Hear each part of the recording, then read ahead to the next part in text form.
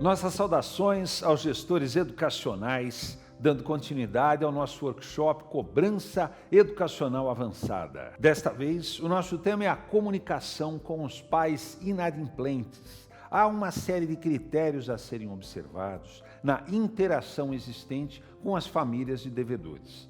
O primeiro deles é o direcionamento. O objeto da negociação, o objetivo da negociação é o recebimento do crédito com a retenção do alunado, mas não é a discussão sobre o serviço educacional. Eu estou dizendo isso por um motivo muito simples. As famílias têm uma grande tendência a embutir em qualquer contato queixas de qualidade do serviço educacional. É mais ou menos assim. A tesouraria liga para uma mãe perguntando a posição sobre a mensalidade no mês anterior. E a mãe responde: a professora tratou mal o meu filho. Como se uma coisa justificasse outra. Nós comentamos na aula sobre as causas da inadimplência que a insatisfação é estratégica. Se a insatisfação for real, a escola tem coisas para resolver, tem falhas que ela precisa corrigir. Se a insatisfação for irreal, ela simplesmente foi inventada como subterfúgio para o atraso de pagamento. A tesouraria precisa estar preparada para isso. O negociador precisa compreender que aquele contato serve para discutir crédito, não para discutir serviço. Até por isso ele não está em sala de aula. Puxa, minha senhora, eu sinto muito, mas eu sou da tesouraria, eu sou da área financeira, eu sou representante da escola para fins comerciais. Se a senhora tem qualquer queixa relacionada à parte pedagógica, a senhora já justificou, já mandou recado em agenda digital, já entrou em contato com a coordenadora pedagógica para lhe esclarecer a respeito disso? Não, então pode fazer, mas agora nós vamos tratar sobre a mensalidade escolar. Essa é a ideia. Nós temos um objetivo primordial em todos os nossos contatos e as nossas comunicações, que está no recebimento, na recuperação dos créditos de mensalidades vencidas.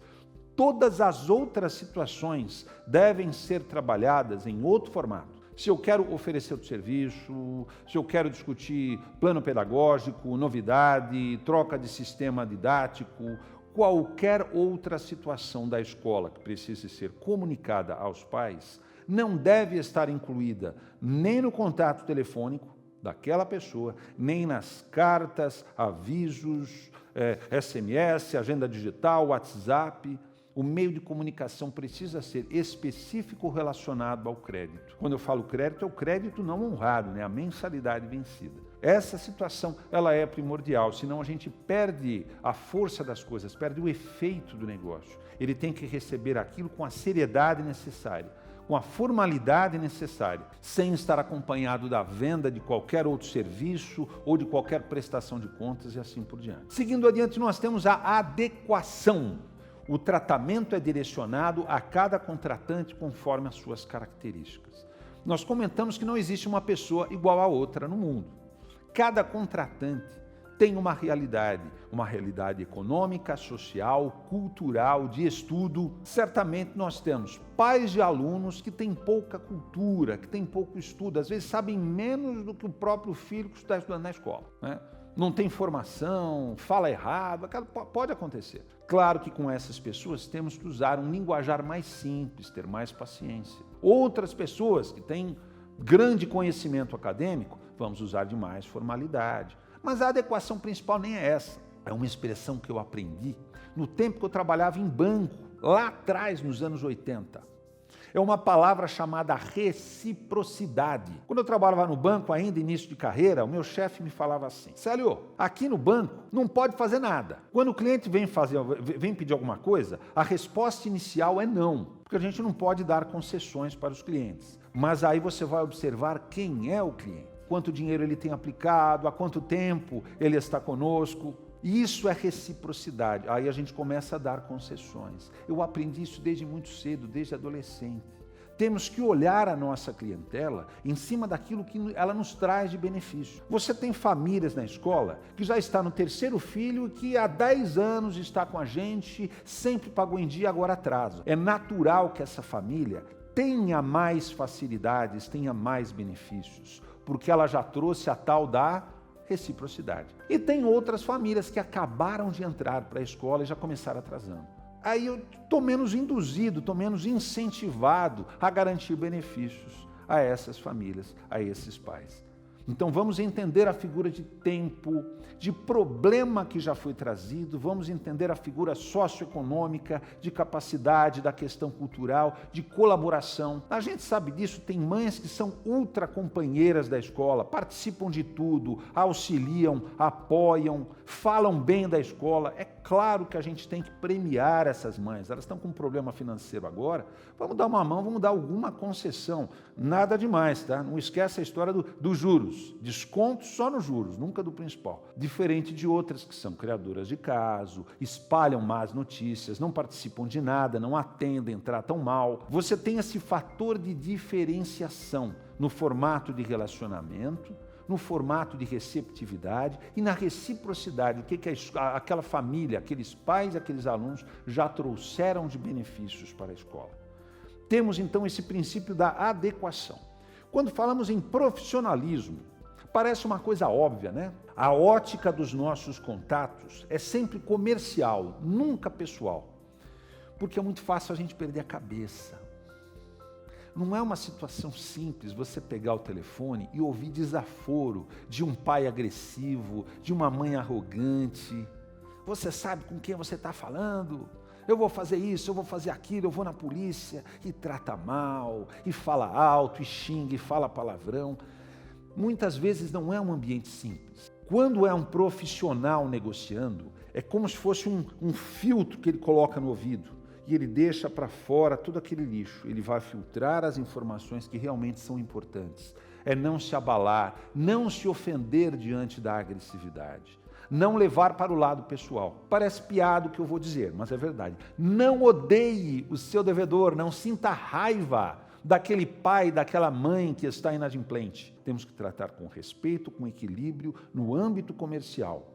É um direito da escola, a escola é credora, prestou o serviço corretamente, com honestidade, com qualidade. Tem o direito a receber a mensalidade e os encargos que estão previstos em contrato. Nada mais do que isso. Não estamos esperando nada mais do que isso e nem tirar vantagem do devedor, porque o devedor muitas vezes inverte a situação e fala que são juros abusivos, que a escola está fazendo um monte de coisa contra ele, e não é nada disso. Nós sabemos que a instituição está simplesmente desejando honrar aquilo que foi prometido no ato da matrícula. Nós fizemos a nossa parte, falta ele fazer a dele. E o princípio da pessoalidade. As famílias, hoje o modelo familiar está um pouquinho transformado, né? Diferente do nosso tempo de criança. Hoje é muito comum famílias em que pai e mãe não são casados. Hoje você tem muitos alunos em que quem comparece na escola é a madrasta, é o padrasto, é o namorado da mãe que vem buscar. Hoje você tem modelos familiares os mais distintos possíveis. E a escola não pode e nem deve ter preconceito, claro, nenhum problema em relação a isso. Mas quando nós falamos em pessoalidade, precisamos entender sempre a figura do responsável financeiro. Quem assinou o contrato? A nossa tese, a nossa técnica, a nossa estratégia do duplo contratante te permite cobrar diretamente de duas pessoas, ainda que não sejam pais do aluno, se assinaram o contrato. Fora do responsável financeiro, nós podemos trabalhar com o responsável legal também para efeito de cobrança. Afinal, é do interesse dele. Você lembra daquela história da lei das mensalidades escolares? Em que o aluno inadimplente pode ter a rematrícula negada. Isso significa que o responsável pedagógico tem o direito de saber sobre as questões financeiras da escola também, é verdade, tem o direito. Porque se não houver pagamento, a escola vai negar a matrícula e o responsável pedagógico vai ter que levar a criança para outra escola. Então, mesmo que ele não tenha assinado o contrato, se realmente for responsável legal pela criança, tem o direito de saber das questões financeiras. Então, nós vamos trabalhar com os responsáveis financeiros e legais todos os contatos de cobrança. Mas por uma questão de sigilo, por imposição do Código de Defesa do Consumidor, nós não devemos levar para terceiros, para outras pessoas, informações sobre a cobrança. Isso é o princípio da pessoalidade. Eu preciso ter certeza de quem é o nosso interlocutor. Todo cuidado é necessário. No nosso escritório, a gente já atendeu muitas queixas, em especial no PROCON, sobre quebra de sigilo. Ligar na casa do aluno e falar com qualquer pessoa Isso pode ser um problema. Mandar uma correspondência e não identificar corretamente o nome do contratante. Pior ainda, colocar o nome de alguém na correspondência que não é o devedor. Eu sempre disse que o aluno não deve ser envolvido nas questões de cobrança, de forma nenhuma. O aluno não é responsável. No ensino básico, o aluno não tem nada a ver com tesouraria. É com a família, a relação é civil, não é pedagógica. Então é completamente inadequado que vá um boleto bancário em nome do aluno. E tem escola que faz isso. Tem escola que faz isso. O contratante não é a criança. Eu já vi escola berçário, mandar o boleto no nome do bebê com instrução de protesto. Coitado do bebê. Não é isso que a gente quer, gente. Vamos ter o direcionamento, a legalidade, a formalidade. Responsável financeiro é quem assinou o contrato, responsável legal é quem a lei ou o juiz, por sentença, determina que seja. Essas pessoas podem ser envolvidas em todos esses aspectos com informações de cobrança, receber telefonema, carta, SMS, WhatsApp. A partir daí, é admissível a secretária do pai, se ela avisa, eu estou ciente do débito, ele me pediu para falar, é inadequado, viu? É inadequado, mas é até possível. O advogado do pai e da mãe se identificou, mostrou procuração, tudo bem. Quem tem procuração, quem está documentado, pode falar em nome da família, tudo bem. Fora desse contexto, falar com outras pessoas da família, apenas se a escola tiver certeza de que aquela pessoa, aquele tio, aquela avó, aquele irmão mais velho, maior de idade, realmente tem condições, tem poderes de representação da criança. Do contrário, a gente tem a quebra de sigilo, que é delicada e pode acarretar, por exemplo, queixas no PROCON. Esses são os princípios da negociação, aplicada à inadimplência escolar. Situações específicas de mensalidades escolares. E agora nós temos os meios de comunicação. Nesta aula nós também vamos explorar um pouco a respeito das formas de contato. Como é que a tesouraria, como é que os responsáveis da escola podem se comunicar com os pais inadimplentes? Há meios que são recomendáveis e há meios que são ou proibidos ou improdutivos. Vamos começar. Primeiro, a carta física. Por uma questão de agilidade, pela intensificação do meio digital, diminuiu bastante o número de correspondências enviadas por correio. Mas eu até comentei isso em outra aula. Eu, pessoalmente, gosto, algumas vezes, de mandar carta por correio, porque serve para comprovar que a pessoa está morando naquela residência e serve para formalizar algumas coisas. Por exemplo, o aviso de negativação em Serasa ou em SPC é muito importante que seja por carta física com aviso de recebimento, porque aí você tem prova de que ela foi notificada antecipadamente, regra que existe no Código de Defesa do Consumidor. Carta por correio, positivo. Carta mandada pelo aluno, de jeito nenhum. Qualquer documento da tesouraria escolar tem que sair de lá para a rua, não pode circular pela sala de aula. É muito importante que nem os professores saibam quem está pagando e quem não está, porque não tem nada a ver com a atividade pedagógica. Se o aluno não é devedor, é inadequado que ele receba um envelope, ainda que fechado e lacrado, que tem o nome do pai. Se tiver conteúdo de cobrança, mais inadequado ainda. Porque eu não tenho certeza se ele não vai abrir. Já que veio da escola, deixa eu abrir e ver o que é. E aí está lá uma bela carta de cobrança e você criou uma crise familiar. Não deve ser mandado correspondência nenhuma de cobrança pelas mãos do aluno. Nas antigas agendas físicas, no livrinho que acompanha muitos alunos até hoje, não deve ser anexado correspondência de cobrança. Para essa finalidade, você tem a agenda digital, os meios digitais como e-mail, intranet e a própria carta física por correio. Vamos falar um pouco sobre e-mail. Existe diferença entre o e-mail pessoal e o e-mail profissional. Qual é a principal diferença? O e-mail profissional, que ele usa para a atividade diária dele, para o expediente, para a profissão dele mesmo, normalmente ele tem um domínio, está lá. fulano de tal, @minhaempresa.com.br. Esse uso profissional significa que a empresa onde ele trabalha pode monitorar, pode controlar aquelas informações. Tem empresa que faz, tem empresa que não faz. A gente não sabe, mas é inadequado o envio de cartas de cobrança, informações de inadimplência para o e-mail profissional dos pais. Quando você fala em e-mail pessoal, estou falando em Gmail, Yahoo, Globo.com, Hotmail, todos aqueles domínios que são públicos, que são comuns, pode até ser que ele use aquele e-mail para fins profissionais, mas daí a chance de haver algum monitoramento por terceiros ou pela empresa é muito menor. Você tem uma chance muito menor, um risco muito menor no envio de mensagens por esses e-mails que têm natureza pessoal. A nossa recomendação é sempre identificar no ato da matrícula quais são os e-mails de uso dos pais, lá na fichinha de cadastro. A gente volta sempre no mesmo ponto. Informação, gestão de risco é cadastro, crédito e cobrança. Para você fazer uma boa cobrança, precisa de um bom cadastro, um bom crédito, que é a matrícula. E no cadastro, nós vamos coletar os e-mails pessoais e profissionais, vamos coletar os telefones, o WhatsApp, celulares dos pais, porque isso vai ajudar demais nos contatos posteriores, também para efeito de cobrança. O WhatsApp, olha pessoal, o WhatsApp não é adequado. Ele tem uma grande agilidade, tem um grande imediatismo, mas ele também é muito fácil de ser disseminado. Quem quer ignorar, ignora o WhatsApp. Você deve saber que existe condição de você configurar e não aparece nem aquele tique azul, né? A indicação de que a mensagem foi lida. Tem gente que faz isso, tem gente que não faz. Mas mesmo que a mensagem seja lida, não quer dizer nada. Mas é muito fácil dela ser replicada.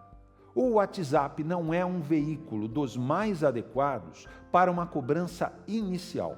Um primeiro contato por telefone, se a pessoa fala, me manda um WhatsApp, tudo bem, mas já sair mandando a mensagem, a carta de cobrança por WhatsApp, não é uma medida adequada. Ela pode ser mal recebida por conta disso. O imediatismo que se espera pode escorrer em outros problemas. Vamos utilizar outras ferramentas digitais que não sejam abertas. Por exemplo, a agenda digital, ok.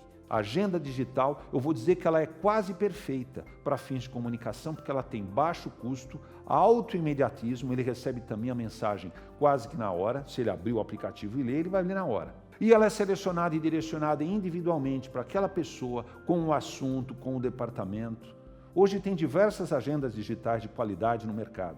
Muitas escolas utilizam. E é recomendado também para isso, para troca de informações pedagógicas, disciplinares, oferta de serviços, alinhamento, prestação de contas, relatório pedagógico e tesouraria escolar pode mandar com tranquilidade aquela informação via agenda digital que será recebida pelos pais que estão cadastrados e que são responsáveis financeiros. Eu sou muito mais a agenda digital como meio de comunicação do que o WhatsApp, para efeito de cobrança. O WhatsApp pode te ajudar em outras coisas, em divulgação da escola, em questão de marketing, pode ser uma ferramenta interessante, mas para cobrança vamos tomar cuidado por conta também da questão de sigilo. Telefone. O telefone é a principal ferramenta de comunicação. Deve ser priorizado em todas as políticas de cobrança e de negociação da tesouraria escolar, porque o telefone te permite uma interação imediata, você fala e ouve.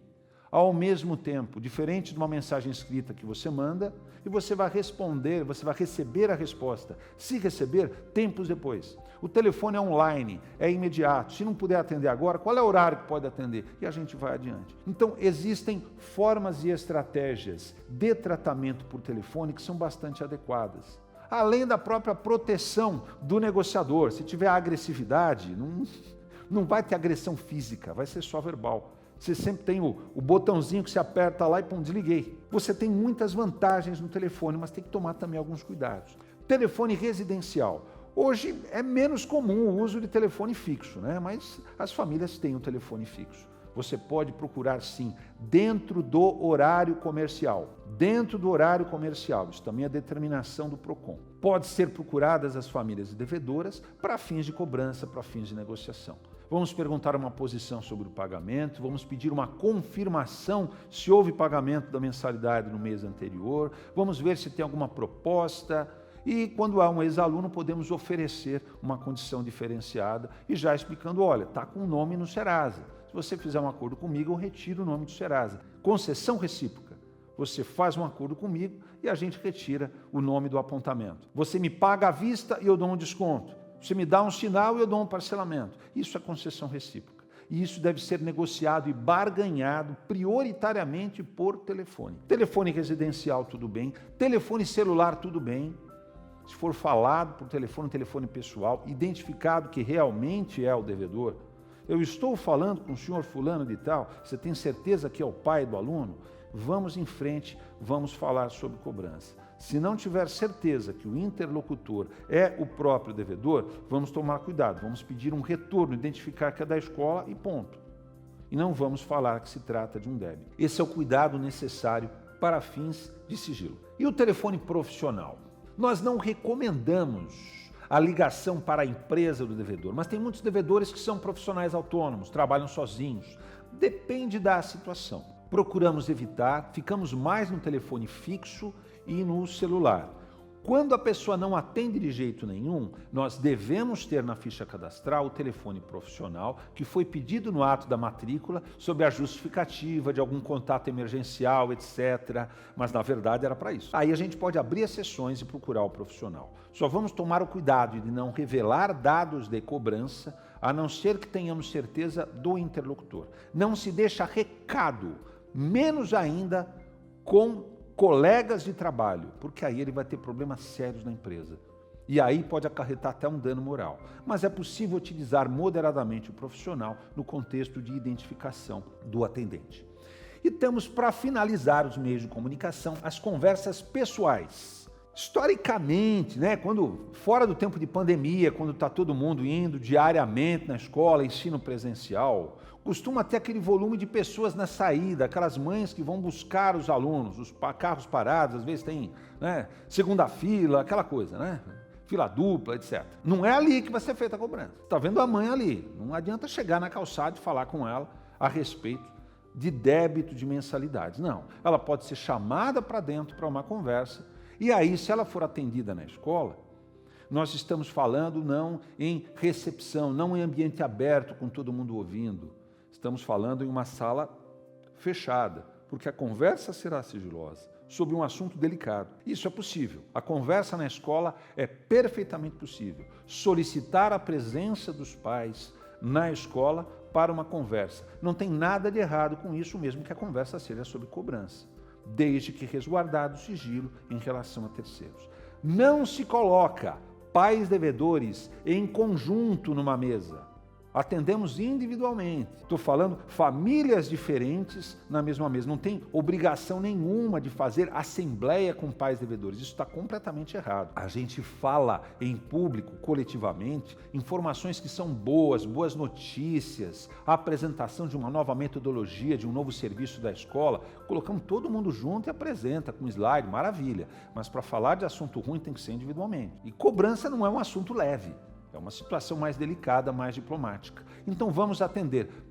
Pode ser pai e mãe junto? Pode, do mesmo aluno, em local fechado. Nunca em paralelo, nunca em contato com outras famílias. Conversa em casa, absolutamente fora de contexto. Escola não deve fazer visita na casa de pais para tratar de cobrança. Remotamente, numa situação de exceção, você vai fazer uma visita de um aluno que está doente, mas não é para tratar de débito. Inadimplência não se trata na casa da pessoa de jeito nenhum. As empresas já não fazem mais isso. É raríssimo no mercado bancos e financeiras mandarem o cobrador visitar devedor. Muito mais raro. Mais ainda na escola que tem função social. Então nós não vamos fazer visita de cobrança em hipótese nenhuma. E como a gente falou, também não vamos fazer na rua. Rua é a calçada na saída dos alunos, que aquele momento é inadequado e tem muita gente ouvindo. Não é realmente, e ela pode fazer escândalo, não é realmente o momento mais propício para uma conversa, para uma negociação. Pode-se, quando muito, convidá-la para entrar e conversar individualmente. No próximo vídeo, vamos trabalhar um pouquinho sobre as limitações legais, o que prevê a lei como impedimento, como limitação, como bloqueio dentro do serviço de cobrança e de negociação. Vamos entender o que não pode ser feito para definir estritamente aquilo que pode, aquilo que deve ser feito com tranquilidade dentro dos padrões de legalidade. É isso aí.